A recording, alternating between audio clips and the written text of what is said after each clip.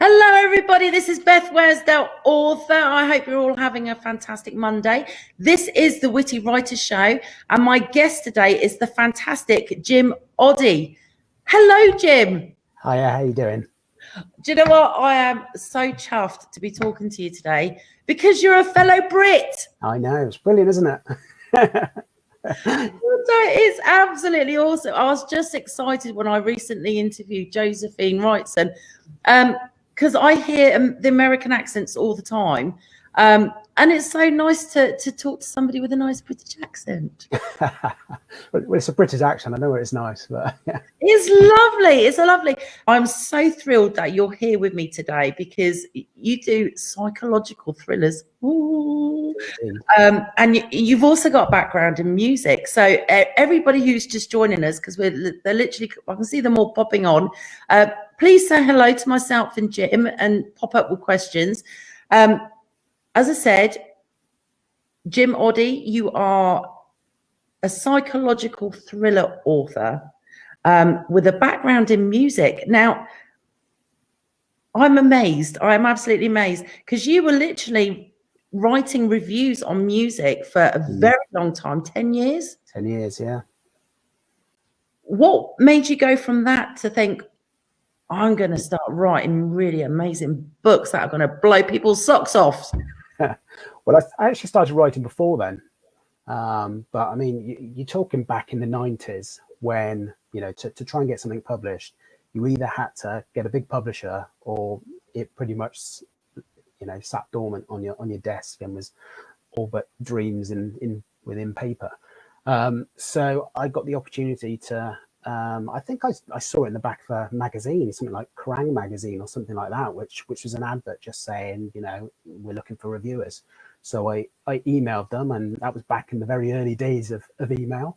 So it took about 30 minutes to actually log on and do things like that. And so, yeah, I sent them an email. They asked me to just submit a review of my favorite album at the time. I did that. And then from there, yeah, I went from just reviewing a few CDs to, at one point, we used to get a bundle of the CDs just sent to us, and we'd then send them out to different people to review, and I'd obviously cherry pick the ones I wanted first, and I'd do those. It was a fantastic way to discover new bands, you know, whether it was just small little bands or some of the big ones, and also got to go to gigs, you know, and waltz in past the lines and go straight in. I interviewed Bowling for Soup, which is one of my favorite bands, at the London Astoria. So that was, you know, it was all really good, really enjoyed it, but there's only so much you can do in that.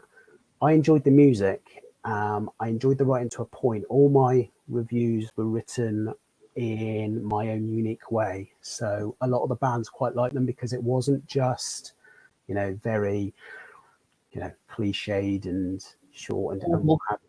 I kind of tried to do them with a story and, you know, things like that, just make them a bit more funny and a bit more interesting.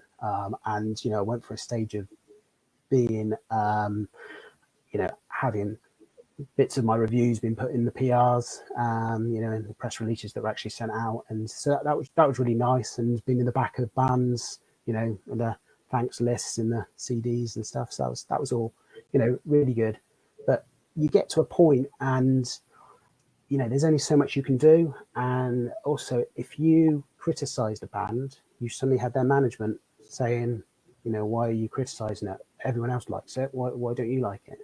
And I just got to that point where it was, you know, I'm then having to write things and I don't want to be doing that. And that's what kept me away from journalism, because I didn't want to write what people wanted me to write. I wanted to write my own thing.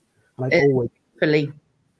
I'd always wanted to just write books. You know, it's escapism. It's creating a world that you don't live in, and a world that hopefully others will enjoy. So that's what I really wanted to do.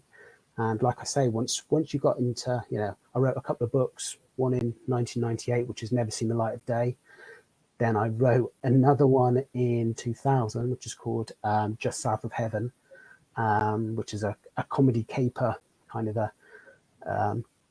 like a Carl Heister kind of thing, Tim Dorsey, that type of feel to it. And that was eventually was published, but so I sent that off to some publishers. I had one who was kind of mildly interested, and then it kind of all went cold. And that was the time when I then went, oh, I'm not going to do this. And then I got into the journalism, and then after that, I thought, I'm going to give this a go. And that's where my first book, Lost Connections, was written. That's just a couple of years, and from there I just kind of pushed that, and just really, I guess I got the bug for it. And I hit that right time when Amazon became the platform that was just so accessible to everyone. And so I jumped on that. I made friends with some authors and just listened. I just soaked everything up, everything I could. Just listened to what people were telling me. My editor at the moment, she found me because she read my first book. She said the story's really good, but it is in an awful state. It's absolutely shocking. And because I didn't either swear back at her, ignore her, and I actually said, thank you very much, that's one of the best feedbacks I've had, she then went, oh well, I suppose I better do something with it. And she's been with me ever since. That's fantastic. And she's good because she pulls back on the kind of saying what things are good, and she'll focus on saying, she's very much not that, no, that's rubbish. Why are you doing that? That's ridiculous. Cut that out, do that. And sometimes that's what you need. You do, because it's very hard to be ruthless with your own work, isn't it? So for you and her to connect and have that great relationship where it's built on pure honesty for the benefit of your work, that's just tremendous. I'm going to say hello to a few people, Jim, because we've got lots of people joining us. We've got Heather, she says hi. We've also got Livia, who's joined us. Thank you for joining us, Livia. She says hi. We've also got Donna. Thank you, Donna. And we've also got Stephanie. She says, hey, guys, thank you for joining us. We've got lots more other people watching who are a bit shy, but that's okay. Shoot us a comment, ask a question. There is never any silly questions, because if you're thinking the question, somebody else probably is too. So please, put them up. We love interacting with you all. I think it's fantastic that you've had such an amazing journey, Jim, and you're obviously the type of person who, whatever you do, you take that experience and use it for future endeavors, which is brilliant. And you're absolutely right. I think, especially with Amazon and back then CreateSpace as well, and all these other companies, the opportunity to self-publish and still get your book out to the masses has been a massive change for authors like ourselves. And even people like E.L. James, who did 50 Shades, and Andy Ware, who did The Martian, A.G. Riddle, and his books. A lot of authors have started off as self-published authors. Their books have done so well and gone so viral that they get picked up by the big publishing houses. And, so there's so many positive things to self-publishing, isn't there? Definitely. No, I mean, everything from the whole community spirit of, people will reach out and will help each other. And I think that's really good. But, I totally get it. The big publishers want to take on what they know they can sell. Now, I know I write slightly unique, books. So sometimes it's that, do they want to take a chance? And, it's a business at the end of the day. They don't want to gamble too much. It's money. When they take you on, they are, they're gambling a lot of money on you being a success. So, I fully get it with them. And, I can understand, therefore, why they will not allow, but, other so self-publishing authors will then have the opportunity to go off, do well, and then that's when the publisher will then be interested in them. And it's business at the end of the day. I get that. They know the market, they know what they're looking for. If you don't fit within that, then you're not going to be what they're after. And that makes, it makes perfect sense. It's the same as we do when making decisions on, anything we're going to spend money on. Yes. So, I guess I'm very pragmatic about these types of things, and I believe in what I do, and I'm dedicated to what I do. I don't always think I'm going to make it, and I don't always think that, I will be a success, but I will just continue on as I'm doing. And if I only sell a few books, I will continue releasing, like I said to you beforehand, I like to try and release about 4 books a year, and, I will continue doing that, whether my readership increases or not. I've got a great core readership, and if it just remains them, it just remains them. It's me and a few people that really enjoy my books, and that's brilliant.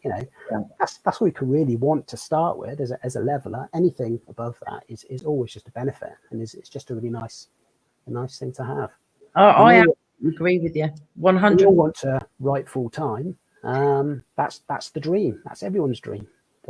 Yeah.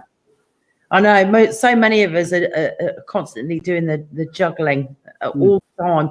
And as as we said earlier before we came online, because we do have a sneaky chat beforehand, that you're constantly juggling, aren't you? Because as a self-published author, as you and I both know ourselves, we're trying to write, we're trying to promote, we're trying to connect with our readers, and you're wearing so many different hats and juggling so many different things. It's crazy. I think we got some more comments and questions here. Nancy has joined us. She says, "Hey Beth and Jim, hello my darling. Thank you for joining in." We've also got Claire. She says, "Hi Beth, hi Jim. Hope you are both well." Hi Claire.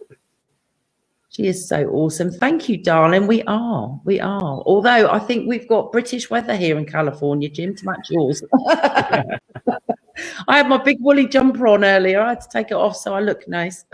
Excellent. Livia says, "When is the next Hudson Bell due out, Jim?" Very good question. So I haven't actually started writing it yet. It's one of my next to write. So that's within a series that is currently being looked at by a publisher. So I'm a little bit on hold to know what I'm going to do with it. So I've got this kind of a storyline, an outline, as much of an outline as I do, because I don't really do outlines. I tend to just have a very small idea and go off on one with it. So I've got an understanding of where I'm going to go with that. It's just all a little bit up in the air at the moment, but it will be out this year, hopefully, or shall I say it will be written this year?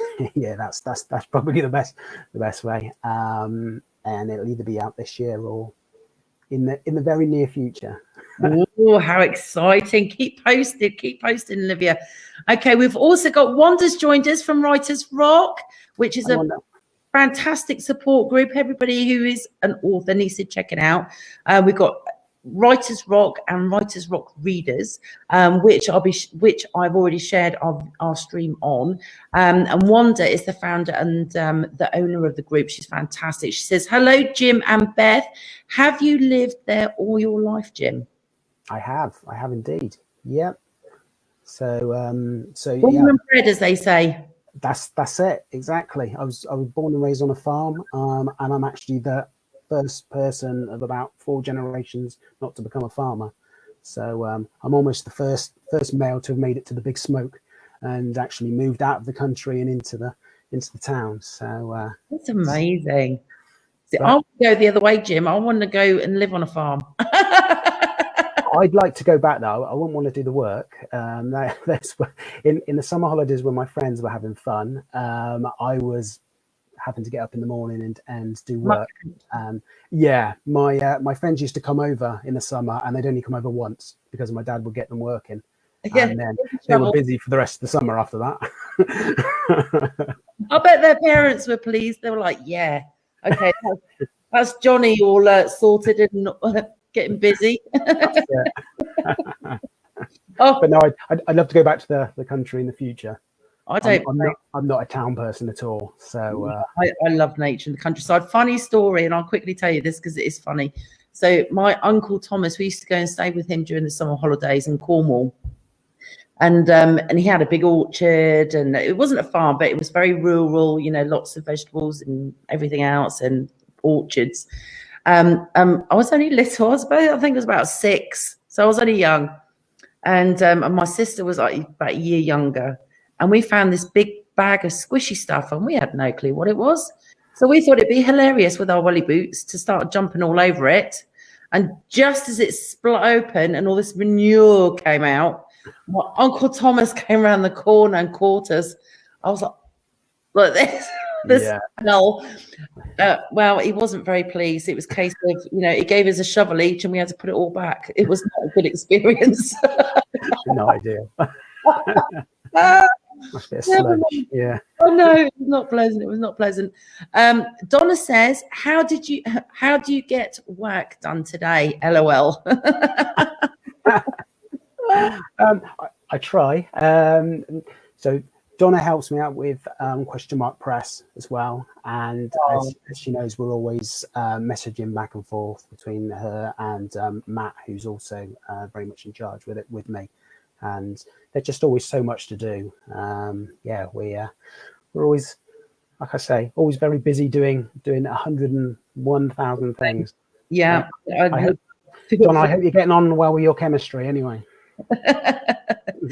I want to talk a bit more about Press so everybody hears about it, because it's fantastic. I absolutely love it. I really do. It's such a good idea. Before we do though, Stephanie says, I feel writing a book is success right there. I agree. It's a major achievement, isn't it? Especially with your first one. Did you feel as daunted about releasing it as I did, Jim? Because I was terrified. I thought, I'm bearing my soul here for everyone to judge. Were you just as nervous releasing your first one?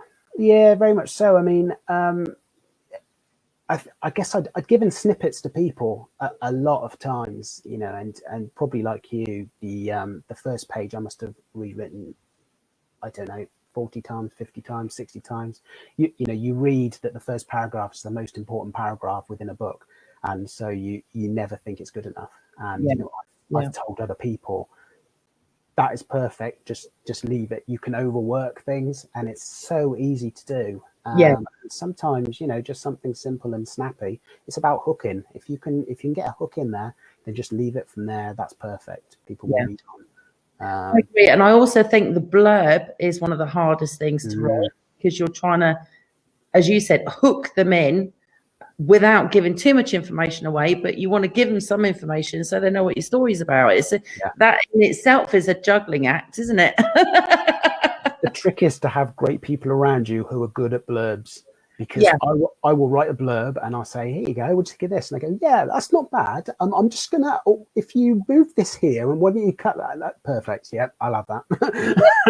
So I'll give it a little go, and it'll be nicely tidied up for me, because like you say, that blurb is so important, because that's the major hook. That's your marketing part. I'm not into marketing. If I was into marketing, I'd be making money here, there, and everywhere at a marketing company, and that's not my forte at all. No, you know, I want to hide away in a room, away from people, writing a book and putting it out there. But as you know, as a self-published author, you can't just write.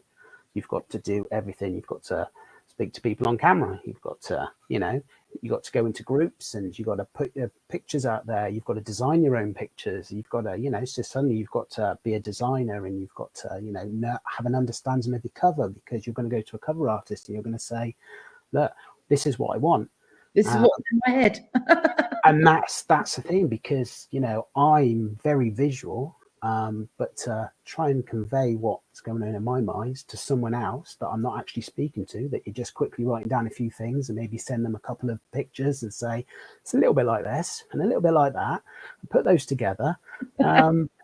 Here's some money. Good luck. Very good tip for new authors who are watching.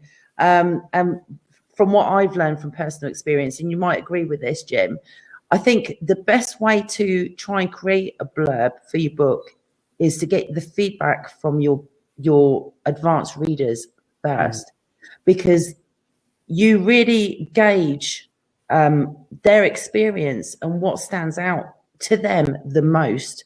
Yeah. So, you know, if it's like, you know, powerful character dynamics or, you know, great action and adventure, if that's what you're getting back from beta readers, that's what you should be promoting, because that's you know, what your features are, I suppose. And I wish I'd have given myself a bit more time to gain that feedback from my beta readers first before I actually wrote my blurb. So I learned a very, not a hard lesson, because my books are doing okay, but I wish I'd have had that knowledge beforehand. No, that very much so. And that is because you're very much focused in on your book, and it's very hard to see it as a whole, or to see it as a reader would see it. I mean, all my books have twists in them, and a lot of twists and unexpected endings, and I don't set out to do them, they just happen. But I like to add little kind of Easter eggs in there, and little twists and little things which kind of give it away a little bit. Yeah. Enough to give someone an idea without giving them the ending. Yes. Now, write that and not give them the ending, but try and understand that they'll be interested so they don't guess the ending, or it won't be so complex that they'll be absolutely lose themselves. Yeah. It's a very hard thing to do. And, you know, that's where your beta readers are absolutely so important to read through and go, no, that's fine. No, you know, and I'll be saying, oh, do I need to add something else in here? Do I need to do this? And they'll be like, no, that's fine. You know, and, you know, like I say, it's, I do, you know, make it harder for myself, but you know, I think we all do, don't we, really? But for the authors that are watching, beta readers are so important, because, you know, that they are your first promotional tool. If your beta readers love your book, they're already going to start telling everybody you need to literally pre-order this because it's fantastic. So beta readers are so important. We have got some more comments and questions. Look at this. We're going to have to get through these. There's loads. Livia says, when did you decide to become a writer?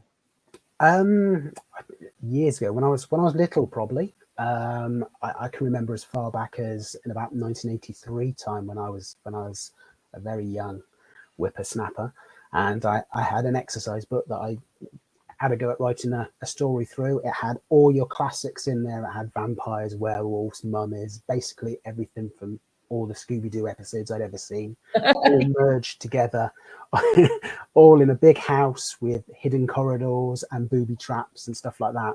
And, you know, I've said this before, my first book, Lost Connections, ends up in a big house with booby traps and hidden rooms. Wow. No vampires and werewolves and stuff like that. But, you know, it goes to show that actually, you know, my love of those types of whodunit mysteries, you know, very much has stayed with me along the lines, you know, and I love things like Jonathan Creek and stuff like that. So, you know, that's kind of what I built on. That's fantastic. I love the fact that you were able to like use that imagination from your childhood. I think that's absolutely wonderful. We've got Kristen who's joined us. Hello, Kristen. She says, hello, Beth, and nice to meet you, Jim. Nice to meet you too. Our viewers are the best ever. They really are fantastic. Don't forget to be sharing, everybody. If you can, share, because we're live right now. We've also got Edward who's joined us. Hi, Edward. He's listening in. Hello. Some of our viewers are trying to, like, they're supposed to be working, Jim, but they sneakily watch. I've got a lot of time for that. Claire says, can I take this opportunity to thank both of you for agreeing to visit my Tales on Tuesday group? Oh, you are so welcome, Claire. Jim has already been in and was lovely and popular, and I'm looking forward to it being Beth's turn to be our visitor. I think it's great that you both offered your time. Oh, thank you very much. I'll give Claire a little shout out, because Claire actually runs a fantastic book group, which is basically a support group for people who suffer with mental illness, depression, and everything in between, who are also book readers. So it's a fantastic way to help people not feel isolated, have something in common to chat about. It's fantastic. So and Jim was there recently, and I'm due to to go on and speak as well to the group. And I'm so looking forward to it, Jim, because No, they're a really nice bunch of people. Yeah. Like I said, I did one session, and I've also been back just as a listener to support another author, and I was at the Christmas do that they did as well. So, like I say, it's like a whole new bunch of friends that I've made there. So that's really nice. I think it's lovely, and I don't. Well, some of our viewers have already heard me say this, but I think reading and writing is so therapeutic, especially when you do go through any mental illness issues, whether it's journaling, reading your favorite books, pouring your heart out on paper. It's so beneficial. So as soon as Claire messaged me, I was like, yes, I'm in, we'll do it. Yeah, brilliant. It's a great cause. Donna says, don't ask. Edward says, and it gets easier once you become known. I absolutely agree, because word of mouth does spread. And I have to say, I mean, you're in a fantastic position right now, Jim, because you've got 29 works out, including anthologies, and 4 of them being part of, series as well, which is fantastic. And I was blown away by all your reviews, because they're just absolutely tremendous and really highly rated. I think it just blows me away. Now, you've just published a new release, which is Little Miss Evil. Correct. Yeah. Do you happen to have that one to hand? Oh, I do indeed. Because the cover is so cool. Look at that. Now, keep it holding there, Jim, because I'm just going to quickly read 2 taglines that you've done, which really, really, like, it almost gives me shivers. Okay, so it says, playtime just got serious. I love that hook. And this one is the best one. Not everyone will survive, grins the little girl. Now the second one is my favorite, because that little girl I'm looking at, I'm thinking, oh yeah, she could be a bit creepy. Thank you so much for holding it up. It's beautiful. No worries. So I'm so excited about your new book. So without giving too much away, can you tell us a little bit about Little Miss Evil? Yeah, so Little Miss Evil goes slightly away from my usual psychological thrillers, because it's bordering on a horror. So it's a little bit more like a Richard Lehman type book. Okay. But, I think it's a lot of fun as well, because I like to put a lot of humor in my books. So I always have characters who will have a lot of banter with each other. So the idea is, whereas you have some dark scenes, you also have, the light scenes to kind of offset that, and, to just inject a bit of humor into it. Yeah, balance out. Yeah, so what's it about? Well, there's a couple who go away together. It's just like a getaway from the city. Now, there's something that's going on that they're not necessarily escaping, but they're going away before having to face something. So you've got them. You've got some 3 teenage girls who are going away for the first time together. They wanted to go abroad, but they didn't quite want to take that step of going abroad. So they went to this idyllic campsite in Wiltshire, and where they stay in some kind of log cabins. Then you have a big house with a couple who are in there, who are slightly mysterious as well. And then you have the actual camp. So you've got a strange guy who runs that. And then it's really the interaction between everyone within it. I like to have a few characters, and my stories tend to have probably 3 or 4 groups of characters who all seem completely, nothing to do with each other, and then slowly they intertwine and all come together, and there'll be some twists and turns. There'll be some scares. The prologue is probably the scariest part of the book. It's the first bit that's very ghostly and creepy. There's Silent Night being played suddenly just keeps coming on the radio, but it's played as it's very slow rendition of it, so in a very deep tones, and so it's quite a haunting, and that is a reoccurring thing which keeps happening. One an ARC reader, actually, I sent it to them and they actually messaged me back and said, I've read the first bit and it was much too scary for me, I can't read it. Sorry about that. And I originally wanted to write horror. That was my initial thing that I wanted to do, back in the 80s going into the 90s. The likes of obviously Stephen King, Dean Koontz, Richard Lehman. These were all people that I really liked, Jack Ketchum, Bentley Little. And so I wanted to write horror. But right in the time when I was just about to write my first book at the end of the 90s, kind of the whole of the market changed. Horror was suddenly, no one would touch it. Horror turned in to crime, really, because a lot of horror books that was someone going around murdering someone and things like that, suddenly were like, oh no, we'll just make this crime, and then it's more acceptable. And the horror became monsters and ghouls and and more sci-fi, and so it was kind of pushed away to the side, like a forgotten cousin of of the sort of thing you were into, but you don't really want to tell everyone else you're into. So it was one of those things. And I guess then police procedurals suddenly came up.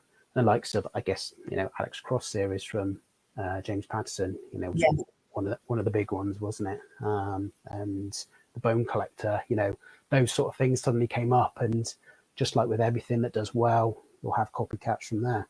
Yeah. So,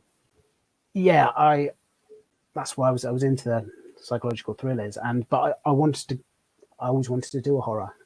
In my anthologies, I've done a few horrors before and really enjoyed doing them.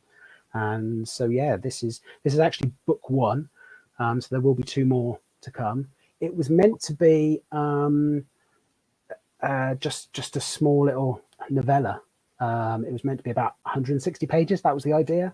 I just really enjoyed writing it, and it ended up being, about 290 pages.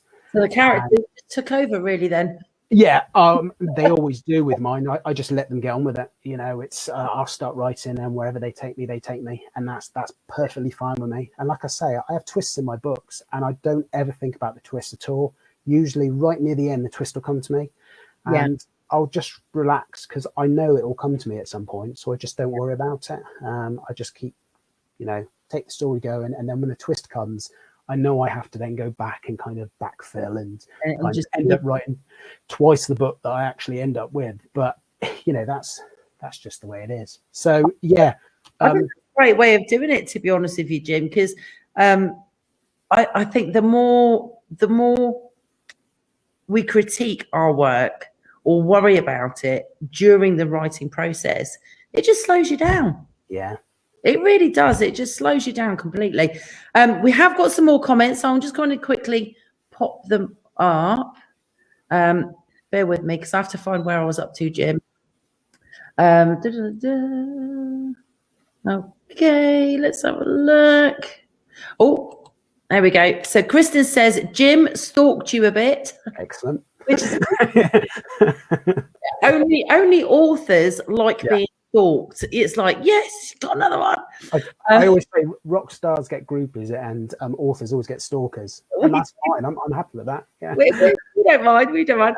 She says, and I'm going to get your books. Sounds amazing, Little Miss Brilliant. Eve. I absolutely love the title. I really do. I've got to tell you. Nancy says, Jim, do you have a favorite genre that you read? I read all kinds of genres, everything from, young adult. I read a lot of those ones as well. I just, and I will like things which are just in general fiction, often because there's no preconceived idea of where it's going to go. So I quite like that. I often, I do like police procedurals, but I will get bored with them because they can be quite samey. And there's about 10, 15 authors who I absolutely adore and will read anything they write. But, there are some where a new author, I'll pick up the back, and if it has, you know, a policeman or whatever, I will start thinking, oh, I'm not sure. Whereas I like things that are, I guess, more mystery, I suppose. I like small towns or seaside towns and country, and, you know, that's more the things I like. Cities don't do a lot for me because I'm not used to them. I'm not a city person, so it doesn't, you know, I think we all look for escapism with some understanding of things that we enjoy and what you'd like to be, you know, engulfed in, I guess. And those are the types, I think small town America are the sort of things that I really like. And, you know, I think hand on heart, I probably would have enjoyed to have grown up in the 80s in a small American town where I would have had a go at playing football there, and I would have been absolutely useless because obviously I play football in England, which is soccer, and which is a completely different sport. It's to cope with here, Jim, as well. My son tried it and he rang me up and he said, I'm dying. Can you come get me? I've had enough. I play football in England a lot like you probably play American football. So, and I still do it now, even at my age. So I've just qualified for the over 50s, even though I just turned 45. But so I'm planning on playing for another 20 odd years. That's good for you. I think that's awesome. In fact, all four of my children play football or soccer, as our American friends call it. And my husband actually took the FA coaching qualifications, so he could actually help coach the kids. Oh, we're a big football family, but something that would make you smile probably. My husband was born in Portsmouth, so he's a major Pompey fan. Major Pompey fan. Unfortunately, my son Harry decided he was going to be a Chelsea fan, which went down like a lead balloon. And my eldest son decided he was going to be a Manchester United fan, which went down like a lead balloon. And then when my youngest was 5 and she was old enough to start playing, I took her off shopping to go and get her a little kit, you know, and her little football boots, which were about that big, and a little shin pads. And we came home in a full Man United kit because she wanted red. Well, fun fact for you, I played for half a game for Portsmouth once. Really? I used to play for the Swindon under 13s and I was captain for them, and we played Portsmouth and it got to half time and we were something like 10-0 up. It was ridiculous. Wow. And they decided to swap some of us round, so I got to play for Portsmouth for the second half. So I was going, why have I got to go? I didn't want to be on that team. They're losing. But no, that was an interesting one. Oh my God, that's fantastic. I love it. Nancy says, that's how I feel when writing reviews. Don't want to give away any spoilers. It's tough, isn't it? Especially when you absolutely love a book. Sorry, I'm laughing so much my eyes are watering. Oh, dear me. It is tough when you love a book and you want to just gush about how good it was, but you don't want to ruin it for other people. But I've got to say, Nancy is extremely good at writing reviews because she reviewed Earth's Angels for me, and it was beautiful. She's very, very eloquent. But I do totally understand what you're saying, Nancy. Edward says, writing a book, you may be halfway there. I own my own publishing company, and you will find promoting your work is just as demanding. Absolutely, Edward. It is a big thing, a big part of being self-published, which a lot of people don't realise, do they, Jim? And it's a constant juggling act. But if I can give one piece of advice, and I think Jim would agree with this, it is persistence. Because if you're self-published and you don't promote every day, if you're out of sight, you're out of mind. Yeah, no, exactly. Exactly. It is. It's hard work. You know, I've got a full-time job. I get up at 5:30 in the morning so that I can be writing at 6, and I write before I start work at 8. I write in my lunch hour. The minute it comes to lunch hour, you know, I get something to eat. I put it right side of me. I swap laptops from my work one to my writing one. I do that, and then swap back again to work in the afternoon. And then when the kids are gone to bed, that's when I write, you know, there. So, you know, I've got used to Well, I go to bed about 12:30, up at 5:30. So, you know, I've just got used to kind of narrowing that down because that's what I want to do. There's no other reason for that. That's why I can write 4 books, because I take away that chunk of time when other people stay in bed in the morning. But it gets me out of bed, because I'll wake up and I'll be like, oh yeah, I want to go and sit in front of it. I want to finish that chapter. Exactly. It's just, you know, you want to move yourself on, and you know, if you don't do that, if I don't write this bit, I won't finish the book. If I don't finish the book, I don't get the book out. If I don't get the book out, you know, I can't make money. It's as simple as that. I don't give myself the opportunity to do that, you know, so I'm not going to not give myself that opportunity. So, you know. I agree. I think it's grabbing every little bit of time that you have available. You know, the amount of my books that I wrote, just sat in the car waiting for my daughter to come out from school, and I'll be there on my little iPad with my, you know, my wireless keyboard, and I'll do this. Or, you know, if I was having a break from writing, I would be on my phone or my iPad doing promotions and sending out, you know, posts on all my social media and stuff like that. So you're right, time is valuable, and making the most of our time is extremely important, isn't it? Okay, we've also got, let's have a look. Okay, Edward's got a good tip. He says, use reviews in your blurb. And that's a very good tip if you've got key aspects in a review that really, really do define your book in a really positive way. You can use those keywords in your reviews, because it does make a massive, massive difference. Claire says, for my blurb, I used Jim's trick. Sent it to a couple of authors I trusted, and they tinkered with it and advised me and made it better. Do you have any top tip for promoting once you are ready to put it out there? It's really just keep pushing. Understand groups, understand the market that you're going into. You know, whatever genre you're writing, read lots of books by that. Look at the authors. Where are you seeing the authors? You know, don't just look at the big authors, but obviously look at those because there's a reason why they're big.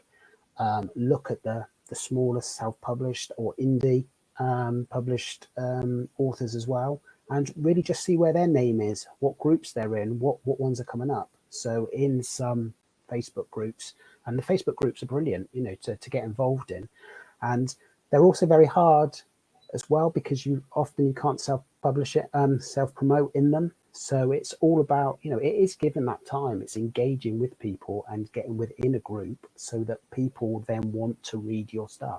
And when you've got the opportunity, you can say, I've got this book, without, you know, because we've seen authors who just go into a group and they're like, right, I'm an author, I've got this, bye. And, you know, they're soon kicked to the curb and you never hear of them again. And that's, you know, that's not what it's about. It's all about engaging as well. And, you know, people want to understand about you as much as they do about your books as well. And helping other people, you know, as soon as you've got a foot on the ladder, you can help the ones who haven't got a single foot on the ladder. And, you know, you're never too much at the bottom. You're never too high. You're never anything. You know, no one's that much better than anyone else not to give advice. We've all got good advice. And I think that's a real key thing.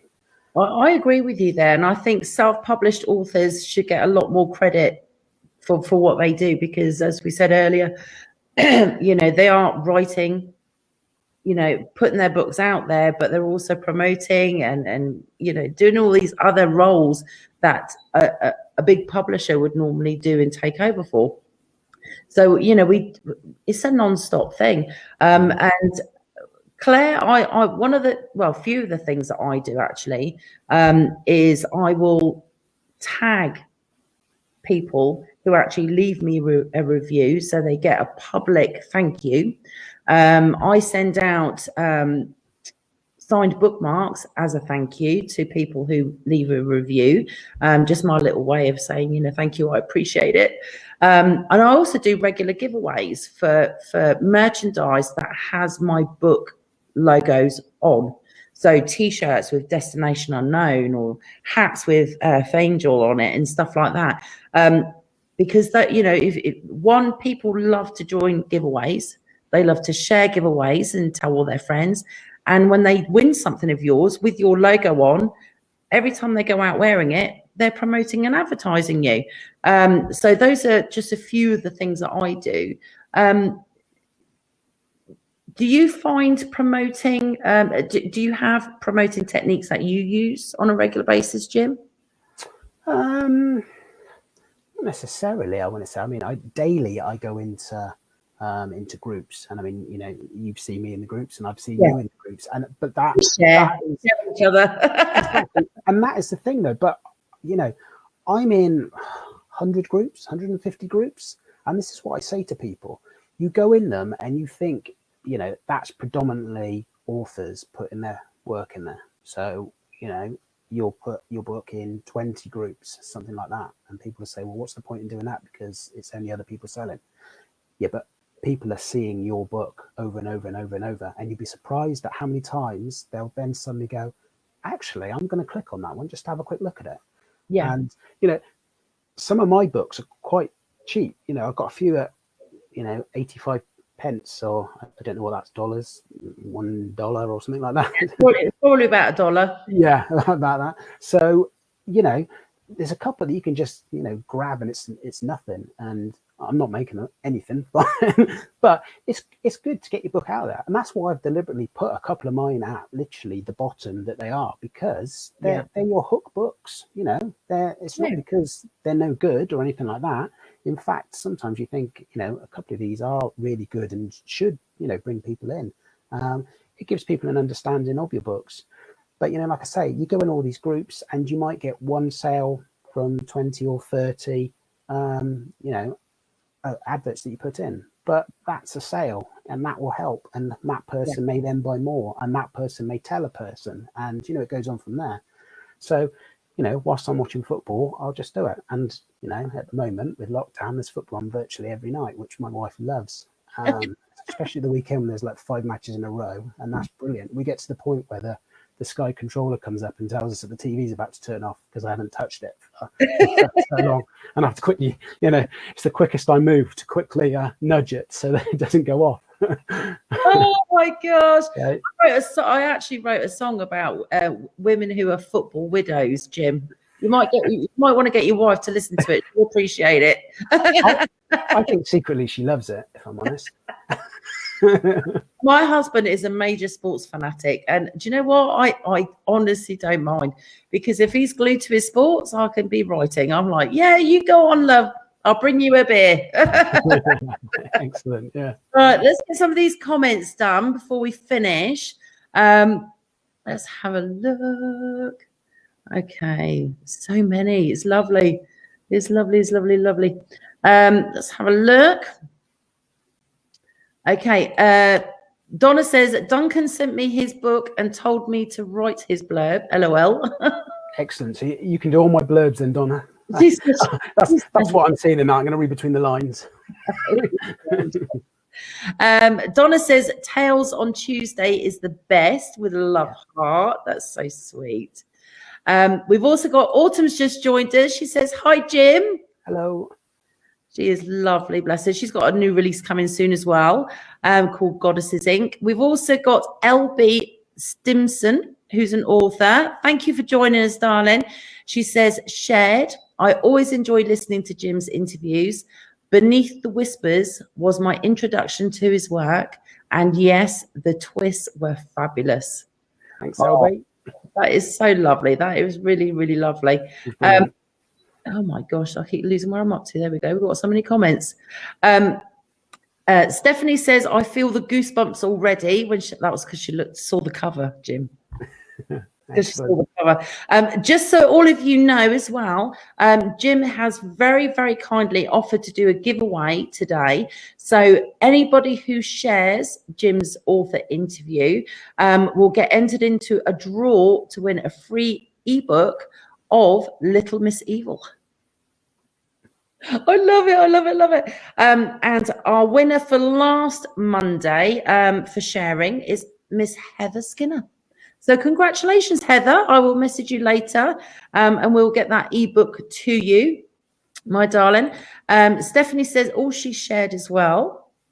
Love it. Olivia says Little Miss Evil is really creepy. I love it. I love it. I love it. Nancy says, ooh, creepy. She likes it too. Look. We've got Sue's joined us. She says, hi, boss. So Sue does a lot of beta reading for me, so she's fantastic. Very good. Oh, very thorough, which is just what you want. Beta readers are the best. They really are, especially if they can be really honest with you, as you said, and tell you if it's missing something or something needs taking out. It's brilliant. Stephanie says, I enjoy small town stories too, especially mysteries. Excellent. Oh, I think she's going to be reading. Let's have a look. And Heather says, what do you think your most outrageous research question search has been while writing your books? Or what's the most outrageous Google search, Jim? Yeah. Just writing, yeah, that's what I do. Yeah. Just want to clarify that. I don't know. I've done some weird and wacky stuff.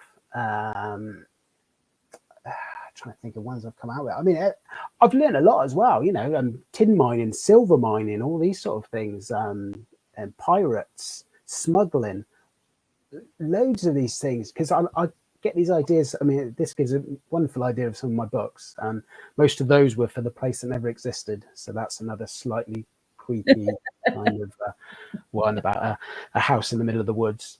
Oh, you should do some outtakes like they do in the movies. And that's so for that I also did learn a load about CB radios, because I decided in there what I'd do was you know, there'd be no reception there, it would be a black spot, but it's okay because a local guy's got a CB radio, so he puts that, you know, into the cabin. But then he decides that the guy who's staying there with his on honeymoon, he should have a handle and shouldn't actually answer to his own name, because that's not what you do. So then they just go through this back and forth of what his handle should be. So I really enjoyed doing that. And, So cool. It was speaking totally in CB language.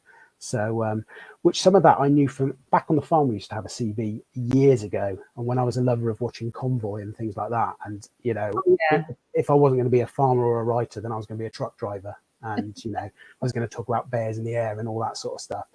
And so you know, we knew all about that. And Swindon was, it's called Swine Town, so it was Pig Town was actually what it's actually, because of the pigs and stuff like that. So there's all these funny little things that you learn. So just amazing, isn't it? I tell you, it is absolutely amazing. Jim, we are running out of time, my darling, but I can still see questions popping up on the side. So if you wouldn't mind, after we finish, to answer some of the other questions. Of course. They're coming through.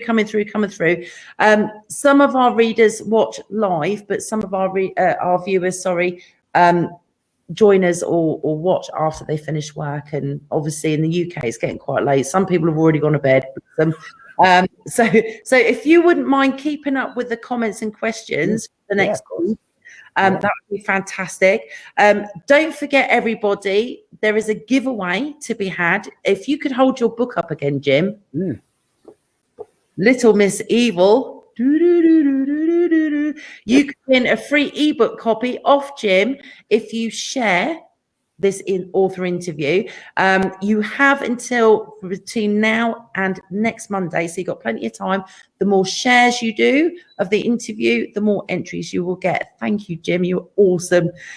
You've been absolutely amazing. But before we quickly finish, I want you to explain about Press.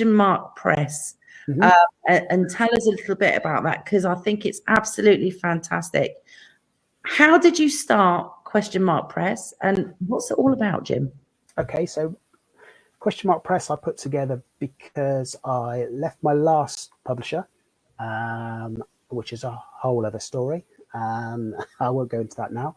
So I got 4 of my 8 books back, so I wanted to self-publish those ones. So I thought having a branding was probably one of the best ways of doing that. And I've just always liked question marks, and I thought would look fantastic on a spine. So, you know, hence Press started. So originally it was just going to be for my own books, really, to self-publish. Then Matt Rayner actually got in contact with me, probably going back about 18 months ago, I think. And he asked me whether I would read through his first few chapters of his book. So I did that, and it was brilliant. I really enjoyed it. It's a ghost story. And we kept in touch as he continued writing it. And then he finally finished it, I think last summer. I read through it, really enjoyed it, gave him a few pointers. He was really receptive to everything I was saying, really listened. And, that worked really well. And I said, look, you can self-publish it and put it under Press if you want, because I'll promote you and you can promote my books, and, just go like that. Yeah. So we decided to do that. That was fine. And, we're going to work on, he did a website, and we're working on that.